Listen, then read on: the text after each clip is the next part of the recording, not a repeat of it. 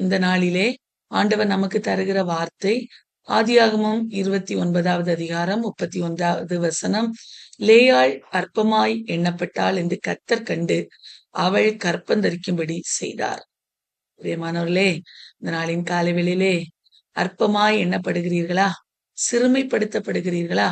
இந்த நாளிலே ஆண்டவர் நமக்கு தருகிற வார்த்தை, அற்பமாய் எண்ணப்படுகிற இடங்களிலே ஆண்டவர் யார் யாரெல்லாம் அற்பமாய் எண்ணப்படுகிறார்களோ அவர்களுடைய அந்த சிறுமையை அவர் கண்ணோக்கி பார்க்கிற தெய்வமாய் இந்த காலை வேளையிலே நம் மத்தியிலே எழுந்தருளி இருக்கிறார். பிரியமானவர்களே, பாருங்க, அவளுடைய வாழ்விலை பார்க்கும்போது கண்ணீரின் சூழ்நிலைமை, தன்னுடைய கணவனார் தன்னை நேசிக்கவில்லை. ஒவ்வொரு முறையும் அவள் கர்ப்பம் தரிக்கும் போதெல்லாம் இந்த முறையாவது என் கணவனார் என்னை நேசிப்பார் என்று அவள் ஒவ்வொரு முறையும் எக்ஸ்பெக்ட் பண்ணி அவ எல்லாவற்றையும் செய்கிறதை நாம் வேதத்துல வாசிக்கிறோம். பிரியமானவர்களே, இந்த காலை வேளையிலே குடும்பத்துல அற்பமா எண்ணப்படுகிறீர்களா? அல்லது எங்கேயோ ஏதோ ஒரு இடங்களில சிறுமைப்படுத்தப்பட்ட அற்பமாய் எண்ணப்படுகிற சூழ்நிலைமையை இந்த உலகத்தின் மனிதர்கள் ஒருவேளை பார்க்காமல் இருக்கலாம். ஆனால் கர்த்தர் காண்கிறவராயிருக்கிறார். வேதம் சொல்கிறது, கர்த்தர் கண்டு அவளுக்கு ஒரு ஆசீர்வாதத்தை கட்டளையிட்டா. இந்த காலை வேளையிலே அந்த தெய்வம் நமக்கு ஆசீர்வாதத்தை தர உண்மையுள்ள தெய்வமா நம் அருகாமையில் நின்று கொண்டிருக்கிறார். விசுவாசத்தோடு நாம் இந்த வார்த்தையை தியானிப்போம். இந்த நாள் முழுவதும் அறிக்கை செய்வோம். பிரியமானவர்களே, இந்த காலை வேளையிலே ஆண்டவர் இந்த தலைப்பின் மூலமாய் நம்மோடு இடைபடுவாராக. புறக்கணிப்பிலும் பெருக்கம் தரும் கர்த்தர். நம்முடைய ஆண்டவர் ஒருவேளை புறக்கணிக்கப்பட்ட நிலைமையில இருக்கலாம் நம்ம, ஆனா அந்த புறக்கணிக்கப்பட்ட நிலைமையிலும் நமக்கு பெருக்கத்தை தந்து அவர் ஆசீர்வதிக்கிற தெய்வமா இருக்கிறார். பிரியமானவர்களே, யாக்கோபை குறித்து ஆதியாகமம் 29வது அதிகாரத்தில் இந்த நாளுக்குரிய வேத பகுதியிலே நாம் பார்க்கும்போது, பெத்தேல் நேற்றைய தினத்திலே தியானித்தோம். பெத்தேலிலே தனிமையாய் விடப்பட்ட அந்த யாக்கோபோடு கர்த்தர் இடைவிடுகிறார். நீ தனித்தவன் அல்ல, உன்னோடு நான் இருக்கிறேன். நீ போகிற இடமெல்லாம் நான் உன்னை காத்து, நான் உன்னை இந்த தேசத்துக்கு மறுபடியும் திரும்பி வர பண்ணுவேன். நான் உனக்கு சொன்னதை செய்யும் அளவு உன்னை நான் கைவிட மாட்டேன் என்று சொல்லி யாக்கோபோடு வாக்கு கொடுத்தார். யாக்கோபு பதான் அராம் என்கிற தேசத்துக்கு போகிறார். தன்னுடைய மாமனாகிய லாபான் வீட்டுக்கு போகிறார். லாபான் வீட்டிலே அவன் போய் சேர்ந்த போது அவர்கள் அவனை கண்டு சந்தோஷப்படுகிறார்கள். லாபானுக்கு 2 குமாரத்திகள் இருந்தார்கள். ஒன்று லேயாள், இன்னொன்னு ராகேல் என்று சொல்லி பார்க்கிறோம். பிரியமானவர்களே, இப்பொழுது யாக்கோபு தன்னுடைய எல்லா காரியங்களையும் தன்னுடைய மாமனாகிய லாபான் இடத்துல விவரமாய் சொன்னான் என்று வேதம் சொல்கிறது. லாபான் யாக்கோபுடைய எல்லா காரியங்களையும் அறிந்து கொண்டார். அவருடைய வீக்னஸ் என்ன எல்லாத்தையும் புரிஞ்சுக்கிட்டாரு. மனிதர்கள் அப்படிதான். சில நேரங்களில மனிதர்களிடத்துல நாம் சில காரியங்களை ஷேர் பண்ணும்போது ரொம்ப ஜாக்கிரதை உள்ளவர்களாய் காணப்படும். நம்முடைய குடும்ப காரியங்களா இருக்கட்டும், நம்முடைய பர்சனல் விஷயமா இருக்கட்டும், அவங்க யாரா இருக்கட்டும், எப்பேற்பட்ட நண்பர்களா இருக்கட்டும், நம்முடைய காரியங்களை மற்றவர்களிடம் சொல்லும் போது மிகவும் ஜாக்கிரதையா இருக்கட்டும். ஆண்டவரோடு சொல்லுங்க, ஏன் மனுஷன்கிட்ட போய் சொல்லணும்? நமக்கு பிரச்சனையா? ஆண்டவரே, நான் உங்களுடைய பிள்ளை அல்லவா, என்னுடைய பிரச்சனையை உம்மிடத்துல சொல்றேன்ப்பா. மனுஷன் சொன்னா தூற்றிட்டு தெரியுவான். என்கிட்ட நல்லா பேசுவான், அங்க பின்னால போய் என்னை பத்தி தவறா பேசுவான் அப்படின்னு சொல்லி நம்ம இந்த காலை வெளியிலே வேதம் நமக்கு கற்றுத்தருகிறது. பிரியமானவர்களே, பாருங்க, யாக்கோபுக்கு வழி இல்லை. தன்னுடைய மாமனாகிய லாபான் இடத்திலே பட்ட கஷ்டங்கள், தன்னுடைய சகோதரனாய் ஏசாவுக்கு தான் செய்த துரோகம் எல்லாத்தையும் சொல்லியிருப்பான். விவரமாய் சொன்னான் என்று வேதம் சொல்லுகிறது. அன்பான தேவ பிள்ளையே, பாருங்க, முதலாவதாக பார்க்கும்போது எல்லாவற்றையும் லாபான் கேட்டுக்கொண்டார். இப்பொழுது 1 மாதம் வரைக்கும் யாக்கோபு அவங்க வீட்டுல தங்கி இருக்கிறார். உடனே லாபான் அழகாக சொல்லுகிறார், நீ ஏன் சும்மா இருக்கிற? எனக்கு மருமகனாய் இருப்பதினால், ஏன்னா அவன் தான் அவனுடைய மாமாவுடைய வீட்டுக்குள்ள வந்திருக்கிறான். மாமானா மருமகன் தானே. சும்மா எனக்கு வேலை செய்யலாமா? உனக்கு எவ்வளவு சம்பளம் நீ கேட்கிறாய் சொல் என்று சொல்லி அழகாக கேட்கிறார். அப்பொழுது யாக்கோபு சொல்லுகிறா, உமக்கு யாக்கோபு சொல்லுகிறா, உம்முடைய மகளாகிய ராகேலை எனக்கு நீர் தாரும், அவளுக்காக நான் 7 வருஷம் இடத்துல வேலை பார்க்கிறேன் என்று. அன்பான தேவ பிள்ளையை ராகேல் அழகாக ரூபவதியும் பார்வைக்கு அழகானவளுமாயிருந்தாள். ஆனால் லேயாள் தான் மூத்த பெண், அவள் கூச்ச பார்வையா இருந்தாள் என்று வேதம் சொல்கிறது. பிரியமானவர்களே, இப்பொழுது இங்கே பார்க்கும்போது அஹ் அஹ் அஹ் யாக்கோபு சொல்லுகிறா, நான் உம்முடைய இளைய மகள் ஆகிய ராகேலுக்காக எனக்கு அவளை ரொம்ப பிடிச்சிருக்கு, அவளுக்காக நான் 7 வருடம் வேலை செய்கிறேன். அப்பொழுது அவன் 7 வருஷம் சந்தோஷத்தோடு அழகாக வேலை செய்கிறார். எல்லாவற்றையும் வேலை செய்து முடித்த பின்பு 7 வருஷம் அவனுக்கு அவ மேல வச்சிருந்த அந்த அன்பினால அந்த 7 வருஷம் அவனுக்கு பெருசாவே தெரியல. பிரியமானவர்களே, உண்மையான அன்பு அவன் மேல வச்சிருந்தபடினால பொறுமையோடு அவளுக்காக 7 வருடம் உழைத்தான். அந்த நாட்கள் எல்லாம் அவனுக்கு சில நாட்களாய், கொஞ்ச நாட்களாய் தோன்றினதாம். அப்படி எல்லாம் 7 வருஷம் முடிஞ்ச உடனே இந்த லாபான் பண்ணுகிறதை பாருங்க. ராகேலை கொடுக்கிறதற்கு பதிலாய் லேயாளை அவனுக்கு மனைவியாக ஏற்படுத்தி கொடுத்து விடுகிறான்.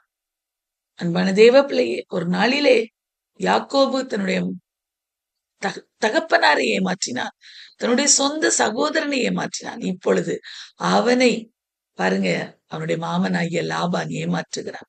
நாம் எதை விதைப்போமோ அதையே நாம் அறுப்போம். பிரியமானவர்கள், மனுஷன் எதை விதைக்கிறான் அதை தான் அறுப்பான்.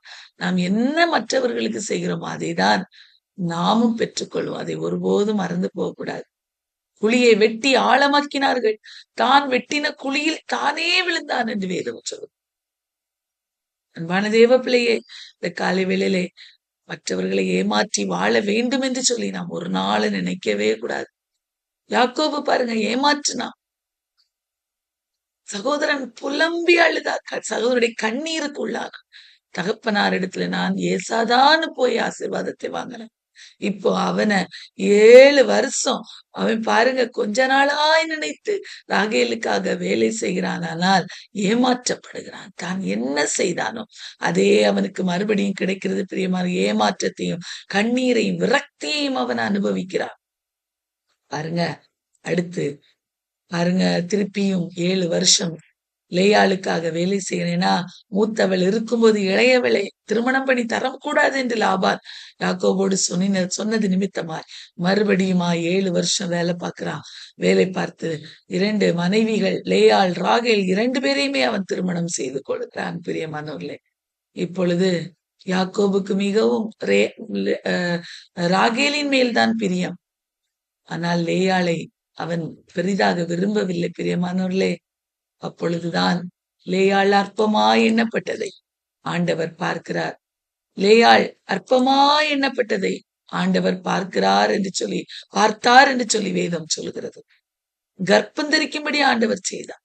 அன்பான தேவ பிள்ளை, இந்த காலை வேளையிலே ஆண்டவர் நம்முடைய சிறுமையை கண்ணோக்கி பார்க்கிறவர். தேவன் புறக்கணிக்கப்பட்டவர்களை அவர் காண்கிறவர். நம்முடைய சிறுமையை அவர் பார்க்கிறவர். லேயாள் நேசிக்கப்படாதவளாய் இருந்தார்.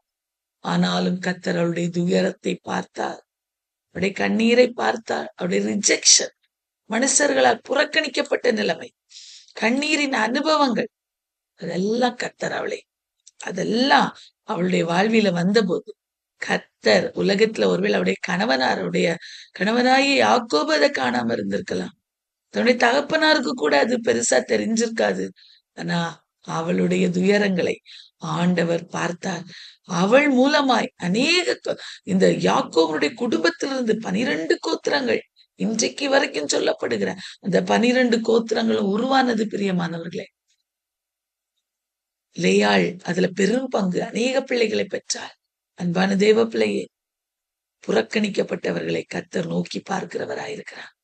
பாருங்க, அவள் கர்ப்பவதியாகி ஒரு குமாரனை பெற்று சொல்லுகிறா, கர்த்தரின் சிறுமையை பார்த்தருளினார் என்று சொல்லி ரூபன் என்று பெயரிடுகிறார். மறுபடியும் ஒரு குமாரனை பெறுகிறார். அற்பமா எண்ணப்பட்டதை கர்த்தர் கேட்டருளி இவனை எனக்கு தந்தார் என்று சொல்லி சிமியோன் என்று பெயரிடுகிறார். மேலும் கர்ப்பவதியாகி ஒரு குமாரனை பெறு, இப்பொழுதையாவது என்னுடைய கணவனார் என்னோடு சேர்ந்திருப்பார் என்று சொல்லி அவனுக்கு லேவி என்று பெயரிடுகிறாள். மனதேவ பிள்ளைகளுக்கு எவ்வளவு எக்ஸ்பெக்டேஷன், எவ்வளவு எதிர்பார்ப்புகள். ஆனா எல்லாவற்றிலும் ரிஜெக்ஷன், புறக்கணிக்கப்பட்ட நிலைமை. ஆனா கர்த்தர் அவளுடைய புறக்கணிக்கப்பட்ட நிலைமையை நோக்கி பார்த்தார். பிரியமானவர்களே, கர்த்தர் நோக்கி பார்த்தார். இந்த காலை வேளையிலே புறக்கணிக்கப்பட்ட நிலைமையில இருக்கிறீங்களா?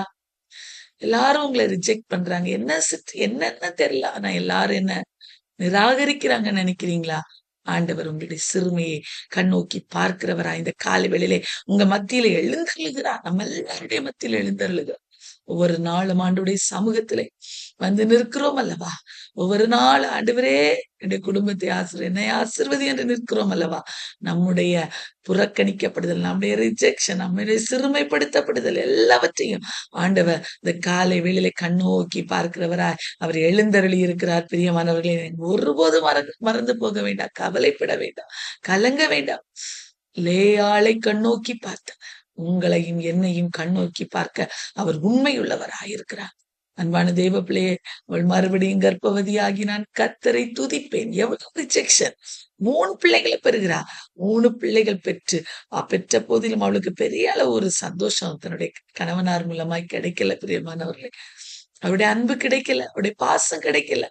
ஆனாலும் சொல்றா பாருங்க, இப்ப 4வது ஒரு குமாரனை பெற்று நான் கர்த்தரை துதிப்பேன். ரிஜெக்ஷன், புறக்கணிக்கப்பட்ட நிலைமையில ஆண்டவரை தேடுகிறீங்களா? ஆண்டவரை உண்மையாய் நேசிக்கிறீங்களா? வேதத்தை வாசிக்கிறீங்களா? ஜெபிக்கிறீங்களா? ஆண்டவர் உங்களை ஒருபோதும் கைவிடவே மாட்டார். லேயாள் எவ்வளவு சூழ்நிலைமையில இருந்தாலும் ஆண்டவர் அவளை தான் நோக்கி பார்த்தார். அவளுக்கு தான் ஆசீர்வாதத்தை கொடுத்தார். ஒருவேளை கணவனாருடைய பாசம் இல்லாமல் போயிருந்திருக்கலாம். ஆனா கர்த்தரை துதிக்கிறதுல, கர்த்தரை நான் துதிப்பேன் என்று சொல்லி பாருங்க, முதலாவது அந்த ஆண்டவரை துதிக்கக்கூடிய அந்த வார்த்தை அவர் சொல்லி தன்னுடைய மகனுக்கு யூதா என்று பெயரிட்டார். இந்த யூதாவை குறித்து யூதாவின் பால சிங்கம் நம்முடைய இயேசு. யூதாவின் பால சிங்கமாய் அவர் வெளிப்பட்டார். யூத ராஜசிங்கம் என்று அவரை சொல்லுகிறோம். பாருங்க, துதிப்பது கிறிஸ்தவ வாழ்க்கையில மிகவும் இன்றியமையாது. லேயாள் அவளுடைய சிறுமையின் சூழ்நிலைமையிலும், அவளுடைய விளக்கப்பட்ட அனுபவங்களில், தன்னுடைய சூழ்நிலைமைகளிலும் கர்த்தரை துதிப்பேன் என்று ஒரு குமாரனை பெற்று பெயரிட்டார். அந்த துதி என்கிற அந்த யூதா, அந்த கோத்திரம் ஒவ்வொரு சூழ்நிலை இதற்கு பின்பு வரும்போது, எப்பெல்லாம் போர் நடக்கிறது அப்போதெல்லாம் இந்த யூத கோத்திரம் தான் முன்னாலே செல்வார்கள். ஏன்னா துதிக்க துதிக்க நம்முடைய வாழ்வில் இருக்கிற பிரச்சனைகள் மாறும். பிரியமான லேயாளுடைய வாழ்வுல அதற்கு பிறகு கர்த்தர் அவருடைய கணவனாரையும் அவன் மேல அன்பு வைக்கும்படியாய் உதவி செய்த அவர் துதிக்க ஆரம்பிக்கும் போது, என்னுடைய வாழ்வில் எவ்வளவு பிரச்சனைகள் இருந்தாலும் என் ஆண்டவர் என்னை மாற்றுவார் என்று அவரை துதிக்க நான் போகிறேன் என்று சொல்லி அவ என்ன பண்றா, தன் மகனுக்கு யூதா என்று பெயரிட்டாள். அவருடைய விசுவாசத்தை கத்த கனம் பண்ணினார். அன்பான தெய்வ பிள்ளைகளே, இந்த காலை வேளையிலே ரிஜெக்ஷன், புறக்கணிக்கப்பட்ட நிலைமையில இருக்கீங்களா? ஆண்டவரை துதிங்க பிரியமா, துதிங்க, அவரை மகிமைப்படுத்துங்க. ஆண்டவர் நம்முடைய எல்லா சூழ்நிலைமையும் மாற்றுவா. லேயாள் அற்பமா எண்ணப்பட்டதை கர்த்தர் கண்டார் அல்லவா? இந்த காலை வேளையிலே உன்னுடைய அற்பமா எண்ணப்படுதலை ஆண்டவர் காண்கிறவரா நம்மத்திலே எழுந்தருளி இருக்கிற அந்த நாள் முழுவதும் இந்த வார்த்தையை அறிக்கை செய்வோம். தியானித்த ஒவ்வொரு காரியங்களையும் தியானிப்போம். ஆண்டவர் பெரிய காரியங்களை நம்முடைய வாழ்விலே செய்வார்.